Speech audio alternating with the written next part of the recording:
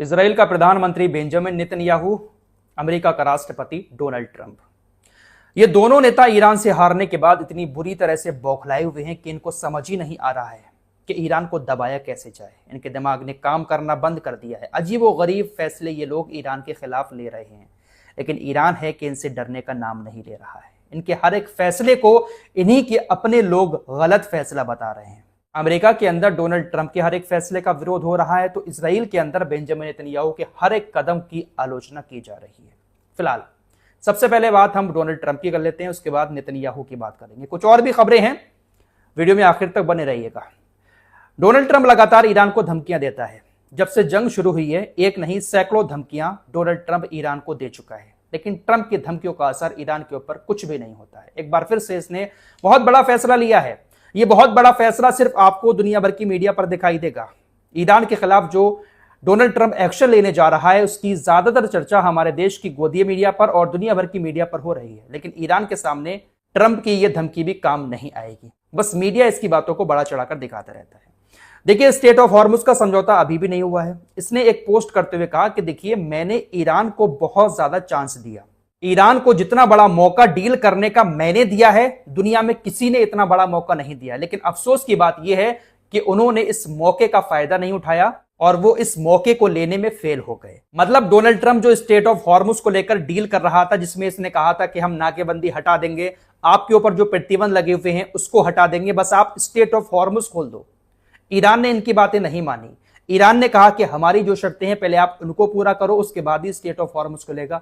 यही बात Donald Trump कह रहा है कि मैंने मौका दिया डील करने का, लेकिन ईरान ने मौके को फेल कर दिया। डोनाल्ड ट्रंप यहां पर ईरान के ऊपर आर्थिक प्रतिबंध लगाने की बात कर रहा है और कह रहा है कि ईरान के ऊपर हम ऐसे आर्थिक प्रतिबंध लगाएंगे कि दुनिया में आज तक किसी ने भी ऐसी कार्रवाई ना तो किसी देश के ऊपर की होगी और ना ही किसी देश ने इस तरह की कार्रवाई देखी होगी। डोनाल्ड ट्रंप ने दुनिया भर के देशों को, दुनिया भर की संस्थाओं को भी धमकी दी कि अगर कोई भी देश, कोई भी संस्था ईरान की मदद करती है तो उनके ऊपर भी कार्रवाई की जाएगी। इसमें बैंक शामिल हैं, कंपनियां शामिल हैं, एयरपोर्ट और बहुत सारी सरकारी संस्थाएं शामिल हैं। अगर कोई भी ईरान की किसी भी तरह से मदद करेगा तो उसके ऊपर अमेरिका कार्रवाई करेगा। मतलब ईरान को पूरी दुनिया से अलग थलग करने की इसकी ये कोशिश है, ताकि ईरान का किसी से भी कोई व्यापार चल रहा है, किसी बैंक से ईरान लोन ले रहा है, किसी की एयरपोर्ट का इस्तेमाल कर रहा है, सब कुछ अमेरिका बंद करवाना चाहता है। लेकिन शायद ऐसा होगा नहीं। डोनाल्ड ट्रंप ईरान के ऊपर ये जो कार्रवाई करने जा रहा है, डोनाल्ड ट्रंप ने अपने इस पोस्ट में इस कार्रवाई को इकोनॉमिक डी-डे बताया।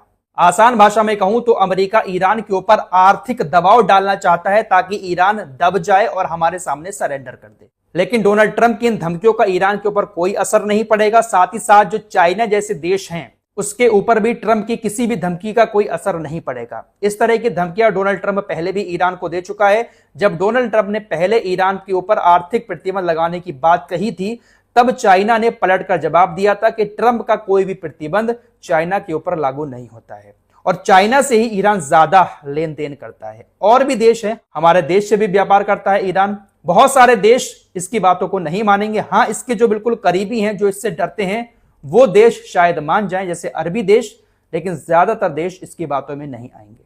इसके दिमाग पर हार का ऐसा असर पड़ा है कि लगातार ये उल्टी सीधी बातें बड़बड़ा रहा है। दुनिया इसकी बातों को अब सीरियस नहीं ले रही है। इसने एक बार फिर से कहा कि ईरान की नेवी खत्म हो चुकी है, उनकी एयरफोर्स बर्बाद हो चुकी है, उनकी मिलिट्री फैक्ट्रीज अब मलबा बन चुकी हैं, उनकी करेंसी बेकार हो चुकी है और उनका देश एक धागे से लटका हुआ है। पिछले 4 महीनों से जो ये पागलपन भरी बातें बोल रहा था, वही बातें आज भी इसने बोली हैं और इनकी इन बातों को कोई भी सीरियस नहीं ले रहा है, क्योंकि ईरान की ताकत अब पूरी दुनिया देख चुकी है। ईरान ने जिस तरह से इन्हें घुटने टेकने पर मजबूर किया है, ये उसी की बौखलाहट है और पूरी दुनिया ये देख रही है कि उसी बौखलाहट में ये इस तरह की बातें कर रहा है। ईरान आज भी इनका मुकाबला करने के लिए पूरी तरह से तैयार है। अगर ईरान का सब कुछ खत्म हो चुका होता तो शायद अब तक तो इन्होंने कब्जा कर लिया होता ईरान पर, लेकिन ईरान आज भी डटकर खड़ा है। डोनाल्ड ट्रंप की इन बातों का ईरान के नेता लगातार मजाक उड़ा रहे हैं। ईरान के विदेश मंत्री अब्बास अराक्ची ने कहा कि डोनाल्ड ट्रंप ईरान के खिलाफ ये जो तथाकथित इकोनॉमिक डी-डे मना रहे हैं, ये सिर्फ अमेरिका के नागरिकों का ध्यान भटकाने के लिए है। दरअसल अमेरिका के ऊपर कर्ज बहुत ज्यादा बढ़ चुका है।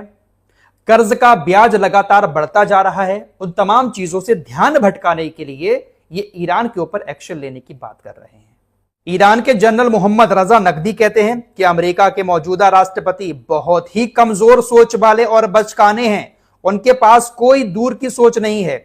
जब वो कुछ कहते हैं तो वो ये भी नहीं सोचते कि 24 घंटे के बाद क्या होगा। उनकी सारी बातों का कोई आधार या तालमेल नहीं होता। मुझे उन पर भरोसा करने के बजाय किसी टैक्सी ड्राइवर पर भरोसा करना पसंद है। उनकी बातों को बहुत गंभीरता से ना लें। हर कोई इनकी मजाक उड़ा रहा है। ईरान के नेता अब इनकी बातों को सीरियस ले ही नहीं रहे हैं। ईरान के नेता ही क्या बल्कि दुनिया भर के नेताओं ने भी अमेरिका जैसे देश के राष्ट्रपति की बातों को सीरियस लेना बंद कर दिया है।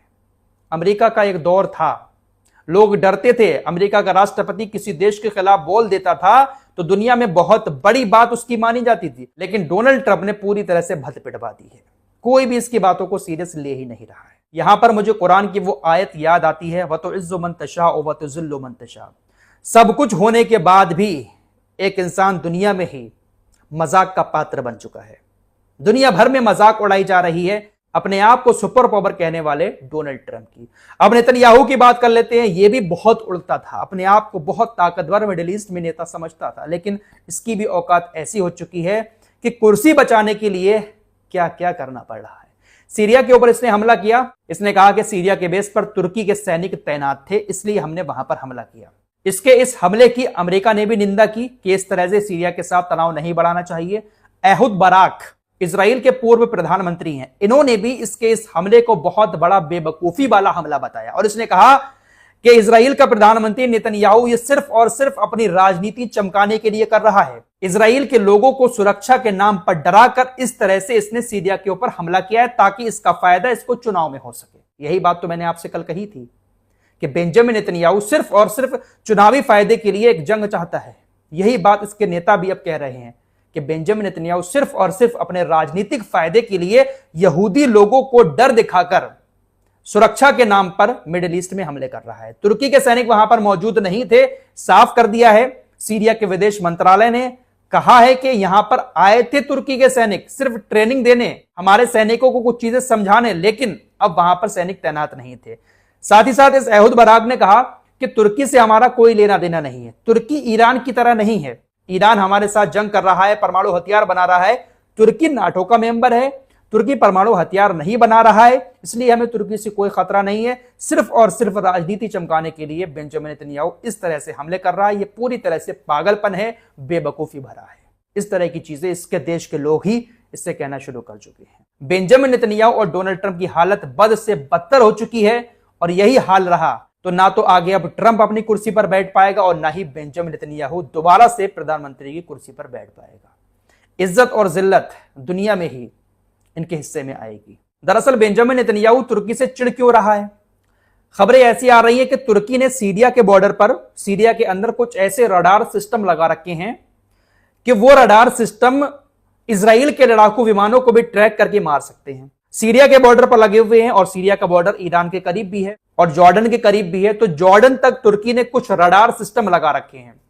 इजराइल का ऐसा मानना है कि अगर हमारे लड़ाकू विमान इस एरिया में जाते हैं तो ना सिर्फ सीरिया के एयर स्पेस में तुर्की के रडार सिस्टम हमारे लड़ाकू विमानों को ट्रैक कर पाएंगे, बल्कि अगर हमारे लड़ाकू विमान ईरान के एयर स्पेस में भी जाते हैं तब भी तुर्की के रडार सिस्टम हमारे विमानों को ट्रैक कर लेंगे। हमारे लड़ाकू विमानों को तुर्की का रडार सिस्टम ट्रैक करने के बाद हमला भी कर सकते हैं। इसी बात का डर बेंजामिन नेतन्याहू को सता रहा है और इसी वजह से सीरिया के अंदर तुर्की की मौजूदगी बर्दाश्त नहीं कर पा रहा है। फिलहाल कुल मिलाकर ईरान से पंगा लेकर ये लोग बहुत बुरी तरह से फंस चुके हैं। शायद नेतन्याहू को भी अब ऐसा लगता होगा कि ईरान से गलत पंगा ले लिया। गाजा तक ही ठीक थे, हिजबुल्लाह के ऊपर हमले करके ही ठीक थे। हम गाजा पर हमले करके लोगों को मार देते थे, दुनिया में दहशत तो थी। गोदी मीडिया और अंधभक्त इसकी तारीफ तो करते थे कि काफी ताकतवर नेता है, आतंकवादियों को कुचल रहा है। हमारा देश का गोदी मीडिया भी कहता था कि आतंकवाद को कुचल रहा है। लेकिन जब सामना ईरान जैसे देश से हुआ है तब हालत बदली हो चुकी है। गाजा में ज्यादातर बेगुनाह लोगों को ही मारा है। ये कट्टरपंथी नेता बेन गबीर, इसका स्टेटमेंट आता है कि हर रात में हमें गाजा के तकरीबन 30 से 40 लोगों को मार देना चाहिए और इसको जारी रखना चाहिए। क्या सोच है इन लोगों की? इज्जत जिल्लत सब उसके हाथ में है। इंसानियत के साथ गलत करने वाला चाहे फिर कोई भी हो, इसी दुनिया में उसका बहुत बुरा हश्र हुआ है और आगे भी बुराई हश्र होगा। इस रिपोर्ट में इतना ही। कुछ और खबरों के साथ फिर हाजिर होंगे। अपना ख्याल रखिएगा। अल्लाह हाफिज।